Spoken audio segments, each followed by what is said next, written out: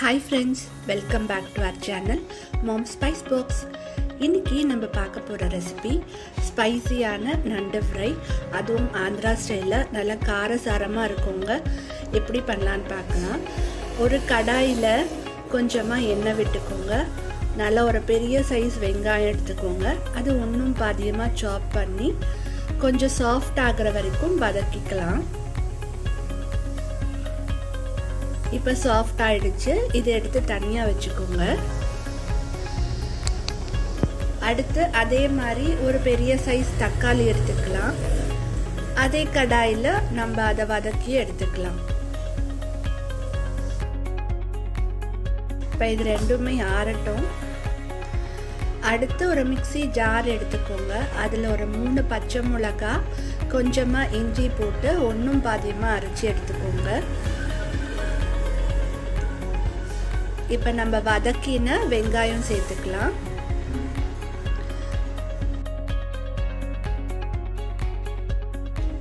இப்போ இதையும் ஒன்றும் பாதியமாக அரைச்சி தனியாக எடுத்துக்கோங்க. அதே ஜாரில் நம்ம வதக்கி ஆற வச்ச தக்காளியும் சேர்த்துக்கலாம்.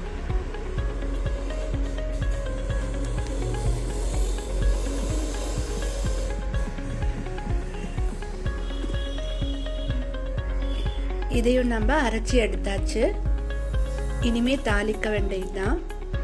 இது குவான்டிட்டி பார்த்தீங்கன்னா ஒரு 20 நண்டு பீசஸ் இருக்கும். அதோட குவான்டிட்டி தான். ஒரு கடாய் வச்சுக்கோங்க. கொஞ்சமாக எண்ணெய் சேர்த்து கடுகு, உளுந்து, கொஞ்சமாக சோம்பு சேர்த்துக்கோங்க. இப்போ கொஞ்சமாக ஒரு 5 பல்லு பூண்டை தட்டி போட்டுக்கோங்க. கொஞ்சமாக கருவேப்பிலை. இதெல்லாம் வதக்கட்டும்.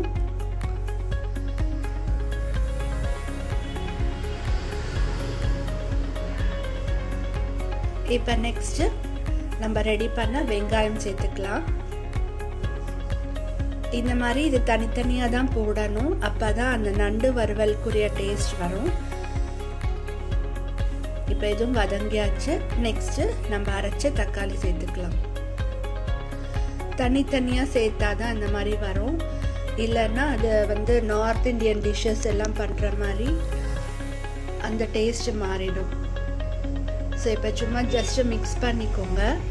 இதோட குழம்பு மிளகாத்தூள் ஒரு 2 டீஸ்பூன் சேர்த்துக்கோங்க.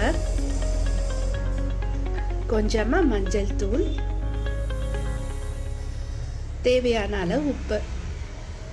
நண்டுக்கு தேவையான உப்பு இப்போவே சேர்த்துக்கோங்க. இதையும் ஜஸ்ட்டு மிக்ஸ் பண்ணிவிட்டு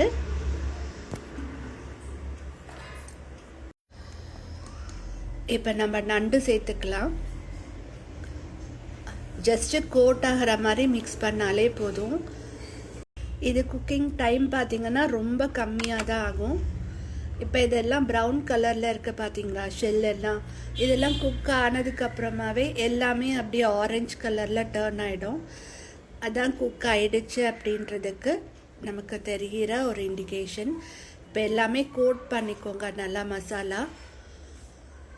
இதில் முக்கியமானது ஒன்று பார்த்திங்கன்னா, குக் பண்ணும்போது மூடி வச்சு குக் பண்ணக்கூடாது. அது ஒன்று. நெக்ஸ்ட்டு நம்ம அதை வாஷ் பண்ணி க்ளீன் பண்ணி எடுத்த உடனே நம்ம குக் பண்ண ஸ்டார்ட் பண்ணிடணும். எடுத்து ஸ்டோர் பண்ணிட்டு எல்லாம் பண்ணக்கூடாது. இப்போ நம்ம மிக்ஸி ஜாரில் இருக்கிற மீதமுள்ள தண்ணியும் சேர்த்தாச்சு. ஜஸ்ட்டு இது ஒரு 2 to 3 மினிட்ஸ் போதும். நல்லா குக் ஆகிடும். கலரும் நல்லா சேஞ்ச் ஆகிடுச்சு. இப்போ நம்ம கொஞ்சமாக மிளகுத்தூள் போட்டுக்கலாம். அது இன்னும் நல்லா ஸ்பைஸியாக இருக்கும்.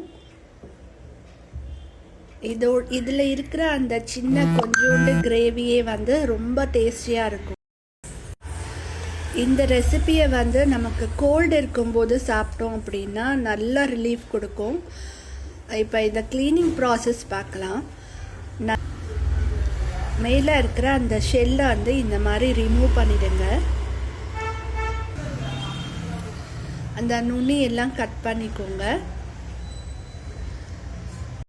இப்போ நண்டு மேலே இருக்கிற அந்த க்ரே கலராக ஃப்ளஷ் மாதிரி இருக்குது பார்த்தீங்களா, அதெல்லாம் எடுத்துருங்க. அவ்வளோதான். இப்போ மீதி இருக்கிற அந்த குட்டி குட்டியாக இருக்கிறதெல்லாம் ரன்னிங் வாட்டரில் சும்மா வச்சாலே போதும். அதெல்லாம் வாஷ் அவுட் ஆகிடும். தேவைன்னா நீங்கள் இந்த ரெண்டாக ஸ்ப்ளிட் பண்ணிக்கலாம், இல்லை அப்படியே கூட சேர்த்துக்கலாம். இவ்வளோ ஈஸியான ரொம்ப ஹெல்த்தியான இந்த மாதிரி ஆந்திரா ஸ்டைலில் நண்டு வந்து கண்டிப்பாக வீட்டில் ட்ரை பண்ணி பாருங்கள்.